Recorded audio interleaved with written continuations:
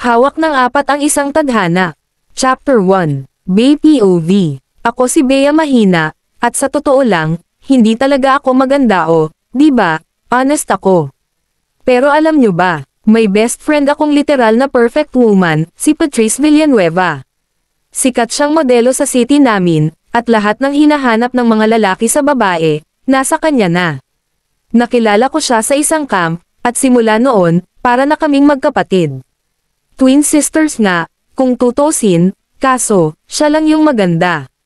Ako, pass. Madalas nga tanungin ng mga tao sakin, Bea, paano mo naging kaibigan si Patrice?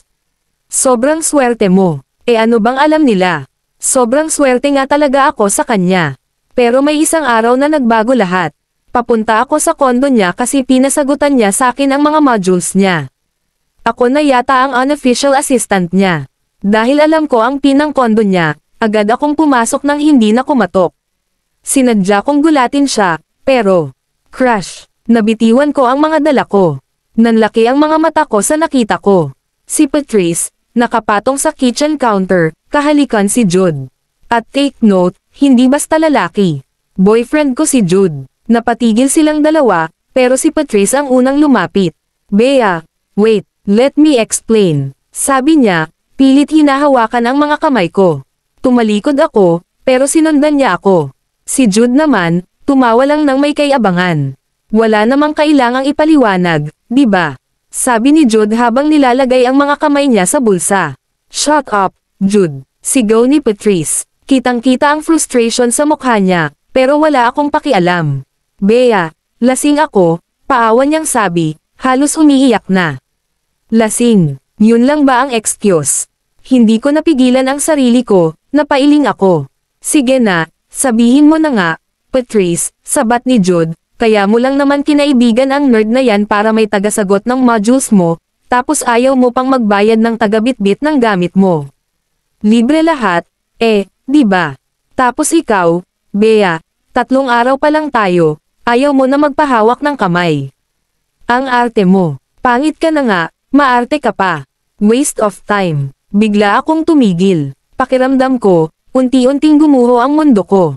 Hindi ko na alam kung bakit nag-sorry pa ako sa kanila bago ako tumalikod. Sorry sa inyo.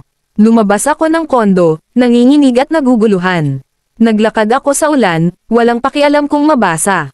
Sobrang sakit, pero alam kong walang magawa kundi tanggapin ang katotohanan, wala talagang patutunguhan ang relasyong ito. Di ko namalayan, tumutulo na pala ang luha ko. 2 taong akala kong mahalaga sakin, parehong niloko ako. 1 month later, anak, tumatawag mama mo sa phone ni Aling Lydia, tawag ni papa mula sa labas ng kwarto ko. Mabilis akong lumabas. Oo nga pala, ako si Bea Mahina, oo mahina talaga ang apelyido ko. Kaya siguro sinabuhay ko din ang apelyido ko, 18 years old na ko, at kakagraduate ko lang ng high school. Nakakatulong ako sa maliit naming pandesalan dito sa baryo, habang si mama naman ay kasambahay sa syudad. Wala kaming sariling cellphone, kaya tumatawag lang si mama sa kapitbahay kapag may importanteng balita.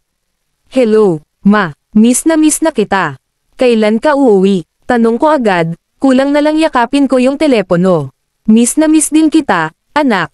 Pero may sasabihin ako. Gusto mo bang tumulong dito? May sinabi kasi si madam na may trabaho ka raw na pwedeng gawin. Pero, ma, wala namang makakatulong kay papa dito. Huwag mo na kami problemahin. Si Tio Edwin mo, papunta na dyan para tumulong sa pandesalan. Kaya pumunta ka na dito, anak. Hindi lang trabaho to, makapagbakasyon ka pa. Paglipas ng 2 araw, sinundo na ako ni mama sa bus terminal. Sa wakas, magkakasama rin kami. Ma, yakap agad ako kay mama nang makita ko siya. Halos hindi ako bumitaw. Anak, ang payat mo. Kumain ka ba ng maayos sa bahay? Tanong ni mama habang hinahagod ang likod ko. Pagdating namin sa mansion ng amo ni mama, pinalakad niya ako sa hardin at pinakilala ako sa mga staff. Maya-maya, biglang lumapit ang amo ni mama na babae. Ikaw pala si Bea. Bungad ni Senyorita Stephanie, sana mag-enjoy ka dito sa mansion. During vacations, lagi kang pumunta dito at welcome na welcome ka sa mansion, ngiti niya, halatang napaka-humble.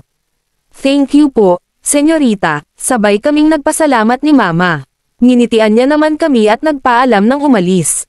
1 hour later, Ma, tingin ko meron ako ngayon, meron ka bang napkin dyan? Ay nako, ubos na anak.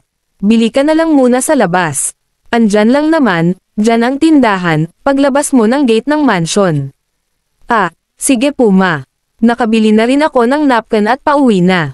Pero habang naglalakad ako nang bigla, wow, napasigaw ako. May kotse kasing dumaan ng malapit sa akin, at ayun na nga, splat. Basang-basa ako ng putik mula ulo hanggang paa. Sa dami ng tumalsik, akala mo ako yung nataman ng tubig baha. Hoy, porket mayayaman kayo, wala na kayong pakialam sa kapwa nyo. Sigaw ko, na mukhang nawala ang boses sa dami ng galit ko. Pero aba, huminto ang kotse. Bumukas ang bintana, at may lumabas na kamay sa bintanan na may hawak na pera. Hinulag niya iyon sa harapan ko, kumaway pa bago umalis, parang nakikigoodbye sa isang scene ng action movie. Teka, bayad ba to para sa akin? Tiningnan ko ang pera, at wow, 5K. Legit ba to? Sinipat ko ng mabuti, pero oo nga, legit nga, mga mare. Pero, hindi ako madadala ng 5K lang. Pinalaki ako ng mga magulang kong may dignidad at prinsipyo sa sariling karapatan. Kaya pinanindigan ko, at iniwan ang pera sa lupa. Pero teka, parang ang bigat sa puso ko. Napapa-imagine tuloy ako kung gaano karaming milk tea, bagong sapatos, at unlimited wings ang mabibili ko sa 5K. Sinilip ko ang paligid, sigurado walang tao, kaya bumalik ako ng patakbo at dinampot ang pera. Oo, pinalaki ako ng mga magulang kong may dignidad, pero pinalaki rin akong marunong magpasalamat sa mga blessing. Kaya kinuha ko ang 5K, tinaas ko ito sa ere na parang trepeo, at napasigaw ng, wow! 5K, hulog ka ng langit, putik pala. Tuwang-tuwa ako, sabay hinalikan ang pera na para bang nanalo sa jackpot. Nasa gate na ako ng mansion nang masalubong ako ni Mama. Anong nangyari sa'yo, anak? Nadapa ka ba? Tanong niya, takang-taka sa itsura kong puno ng putik. Wala to, Ma, ligaw lang to, okay na. Ngumiti ako kay Mama, para kalmado lang. Oh, sige, sige. Maligo ka na agad, sabi ni Mama habang tinutulak-tulak na ako papasok. Sige po, Ma, pasok ka na rin, sabi ko, sabay diretso sa tirahan namin ng mga maids. Aling Magda's POV. News TV Blu-rays from the old television in the kitchen. Reporter 1, dumating na ngayon sa airport ang isa pang apo ni Chairman Madrigal ng Fearless Company. Sir, bakit ho kayo bumalik ng Pilipinas?